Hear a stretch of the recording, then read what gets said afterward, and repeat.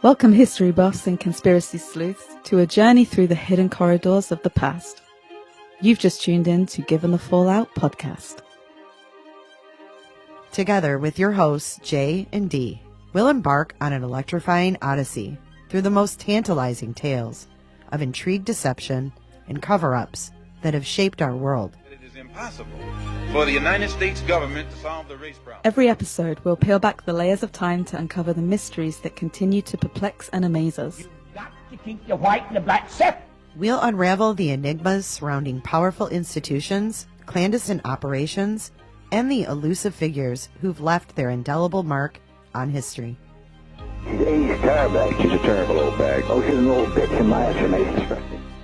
So, fasten your seatbelts, dear listeners, for you're about to embark on a quest for the truth that will question your beliefs and ignite your curiosity.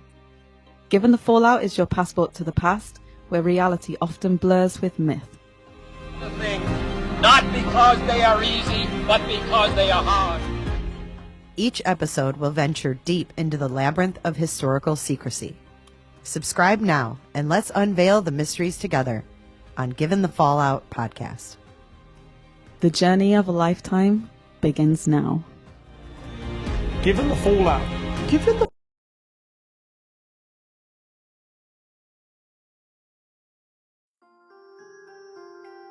Hello, everyone. Welcome to episode 2, our Halloween edition of Given the Fallout podcast, your source for intriguing stories from the past. I'm your host, Jay.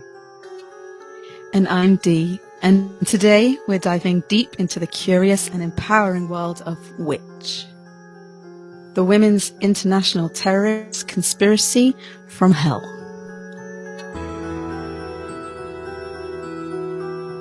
If you're thinking of witches with broomsticks mixing potions and cauldrons, you're in for a delightful surprise, because it's all about feminism, activism, and a touch of the supernatural.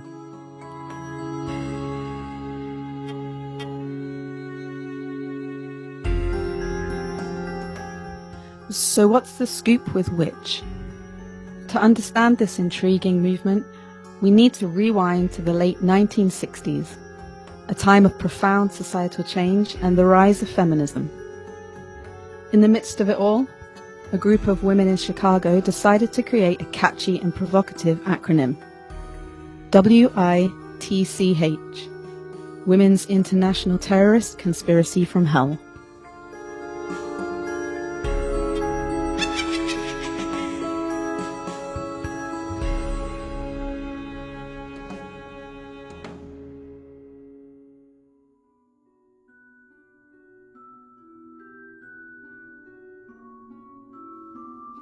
But here's the twist. They weren't terrorists, and they definitely didn't hail from hell. In fact, they were on a mission for justice, aiming to challenge the prevailing norms and fight for women's rights in a creative and attention-grabbing manner. The W.I.T.C.H moniker was sometimes alternatively expanded as Women Empowered to Tell Their Collective History, or Women Interested in Toppling Consumer Holidays, among other variations. The most significant aspect of W.I.T.C.H was its choice of central symbol, the witch. By choosing the symbol, feminists were identifying themselves with everything that women were taught not to be: ugly, aggressive, independent, and malicious. Feminists took this symbol and molded it, not into the fairy tale good witch, but into a symbol of female power, knowledge, independence, and martyrdom. Imagine a group of women decked out in witch costumes, complete with pointy hats, broomsticks, and an air of unapologetic confidence, taking to the streets of Chicago. Their intention was to make a bold and unforgettable statement, and that they did. So what did they actually do? Their protests were anything but ordinary. W.I.T.C.H was known for its organizing colorful and creative demonstrations, often referred to as hexins and witch-ins. In the context of the Women's International Terrorist Conspiracy from Hell, a hex wasn't a literal spell or supernatural act, but a symbolic form of protest.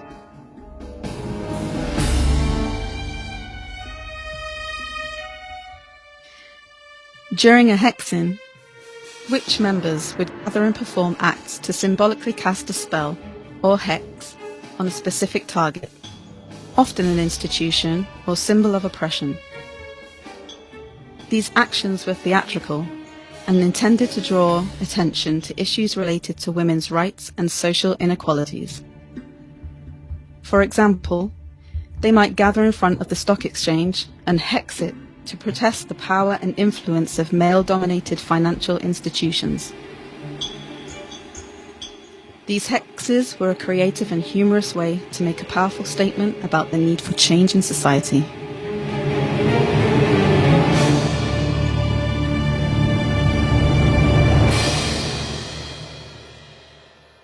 During a witch-in, witch members would gather, often dressed in witch costumes, with pointed hats and broomsticks, and take to the streets to raise awareness about women's rights and societal issues. These events were more about creating a visual spectacle and drawing attention to their cause rather than engaging in supernatural activities. The term witch-in was a playful nod to the stereotype of witches, and the goal was to challenge and change societal norms through their bold and memorable appearance. By embracing the symbolism of witches, which sought to emphasize that women, often seen as outsiders or witches in a patriarchal society, were not to be marginalized. These gatherings were an inventive way to bring attention to women's issues and promote feminist activism.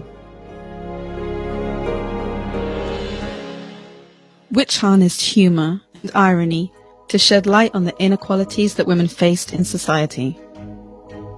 They believed that by embracing the symbolism of witches, they could grab the public's attention and direct it towards issues that urgently needed addressing.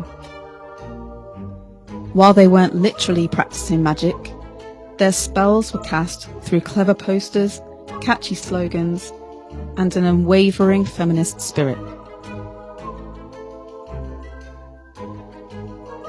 Although not directly connected to witch, several of its members were involved in the famous October 1967 anti-Vietnam War protest, where they claimed to try to levitate the Pentagon through collective psychic energy. This event drew media attention and furthered the counterculture movement of the 1960s.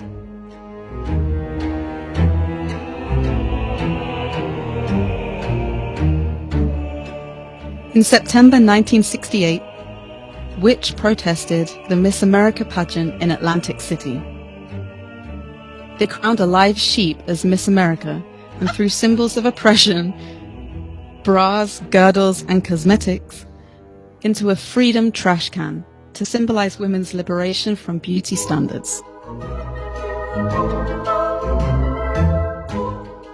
On Halloween in 1968, Witch organized a theatrical and memorable protest in New York City. Members of the group, dressed as witches, in pointy hats, carrying broomsticks and wands, gathered outside the New York Stock Exchange. They carried with them a papier-mâché pig's head on a golden plate and surrounded the statue of George Washington. During the protest, the witches chanted, carried signs, and used theatrical elements to make their point. They sought to highlight how the economic system symbolized by the stock exchange was connected to the exploitation of women in the workforce and to challenge traditional gender roles. We had a series of chants that we kind of gathered around and, in a little circle, and one of them was something like, Wall Street, mightiest wall of all street. The reaction of the people on Wall Street was sort of stunned. They performed a spell to render the bank's money and gold bars useless. They declared it a victory as the Dow Jones stock market index fell by 5 points. the very next day. In August 1969, Witch held a notable protest on Wall Street called the Wall Street Broom Brigade. Participants dressed as witches and carried brooms, sweeping the streets of the financial district. They cast a hex on the male-dominated financial district, symbolically unleashing frogs and dollar bills in a theatrical spectacle. This demonstration brought attention to the inequalities in the workforce. Witch published manifestos and newsletters to spread their message and ideology. One of their publications, Witch Puts a Spell on Patriarchy, outlined their goals and beliefs. Now, you might be wondering, what did Witch achieve? Did they manage to topple the patriarchy, or were they merely a group of women in extravagant costumes? Well, they didn't quite overthrow the patriarchy, but they left a lasting impact. While their actions were often theatrical and provocative, they achieved several important outcomes. 1. Increased visibility. Witch used creative and eye-catching methods to draw attention to women's issues and challenges in society. Their protests and demonstrations garnered media attention, which contributed to raising awareness about gender inequality and women's rights. The next thing that they accomplished was challenging gender norms, which used humor and satire to challenge traditional gender roles and expectations. By mocking beauty standards and patriarchy in their protests, they encouraged critical thinking about societal norms. It also encouraged solidarity and empowerment, which provided a platform for women to come together and express their frustrations and desires for equality. It created a sense of solidarity among feminists and empowered women to speak out against injustice. It also influenced the feminist discourse. The group's manifestos and publications helped shape feminist discourse during the second wave of feminism. They contributed to the discussion of topics like reproductive rights, women's liberation, and gender equality. They were also an inspiration for future activists, which inspired future generations of feminists and activists to use creative and provocative methods to highlight social issues and challenge the status quo.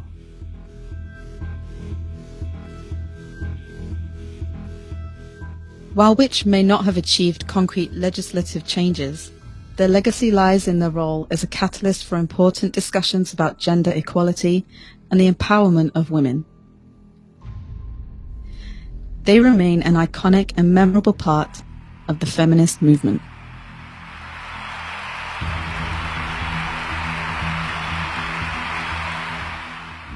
This subject, because feminism is a new thing for me to explore, because I've never considered myself a feminist. But now, more so than ever, I kind of lean that way because I understand it more, I feel like. Mm-hmm. Yeah, you can relate to what they were thinking and feeling, especially with these people. I mean, they're using like comedy and stuff to go back at them as well, which is pretty clever. So funny. I mean, taking brooms and sweeping, literally sweeping. Yeah, sweeping the floor. I mean, how awesome is that? I wonder how the people, like the everyday people that were at home watching, the news, how they reacted to these people. Were they scared of them? Because I would think they would be. I think they would at that time. Yes. I mean, with everything that was going on, it was like a huge change, wasn't it? They like societal change. So I think they're seeing women going out there and doing this kind of thing. They were probably like, oh my God, you can't do that. Like, you can't go up against Wall Street. Like, what are you doing? Why are you going against men? Mm-hmm. You can't go against the men. No, probably thinking, well, it's just going to make things worse for us. Like, you're going up against these men that have the power. You're going to make things worse.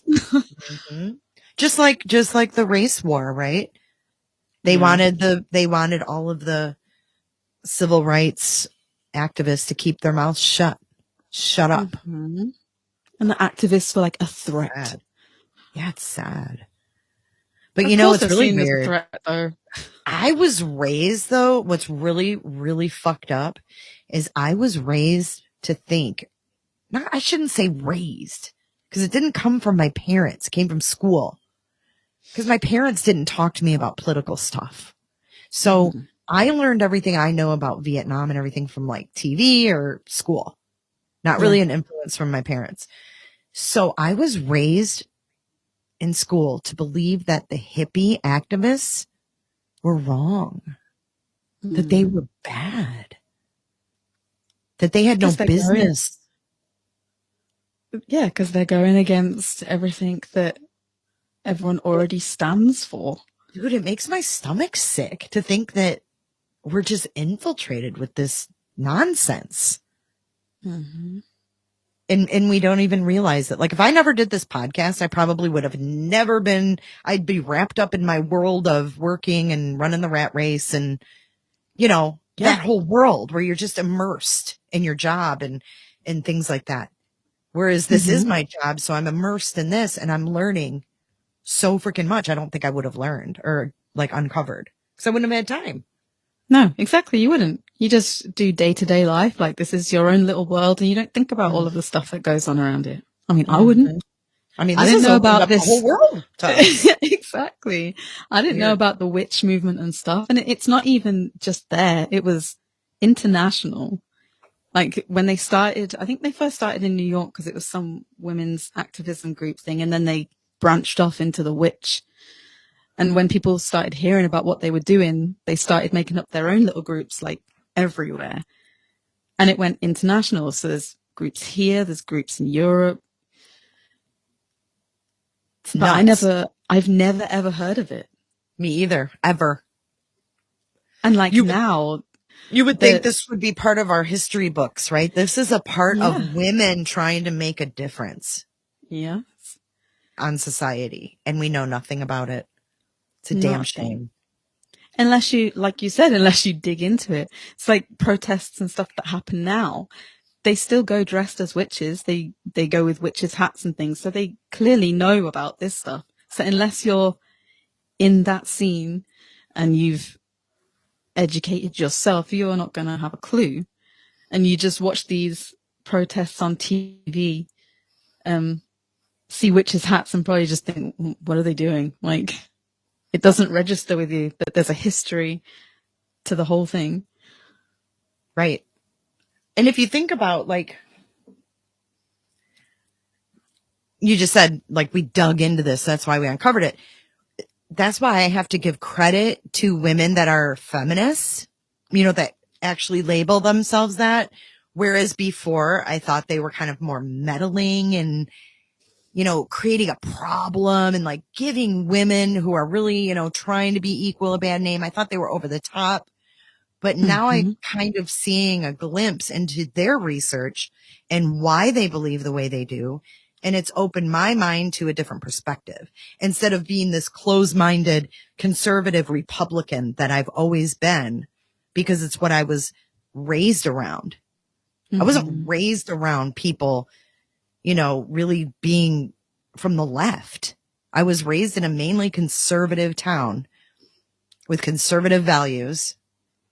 And if you never step out of that bubble, you never see that there's people that have fought, you know, for certain rights and things like that. You're stuck in this little realm. And it's sad for me, for people that don't ever see outside of that realm, because I feel like I'm really grateful to be able to see outside of that realm and see like why I can sit here as a woman and be on YouTube and make as much money as a guy on YouTube. Yeah.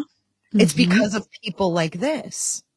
I mean, everyone appreciates, you know, the fact that you can do that stuff and you can have equal pay and equal rights and all this stuff. But don't think about the fact that it's been years and years in the making to get to this point.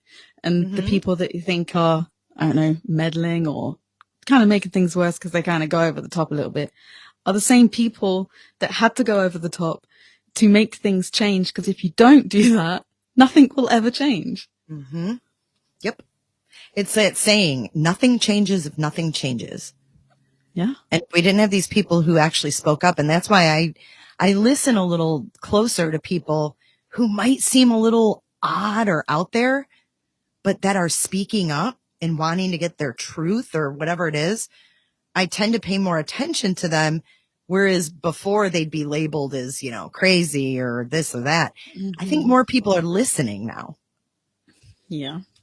Because I think over time you realize that the things that they were saying are things that, you know, they were right. And over time you realize that and maybe start to feel the same way. Weird, isn't it?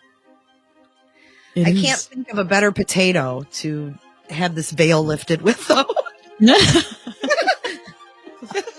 I can't. So that's it for today's Halloween episode.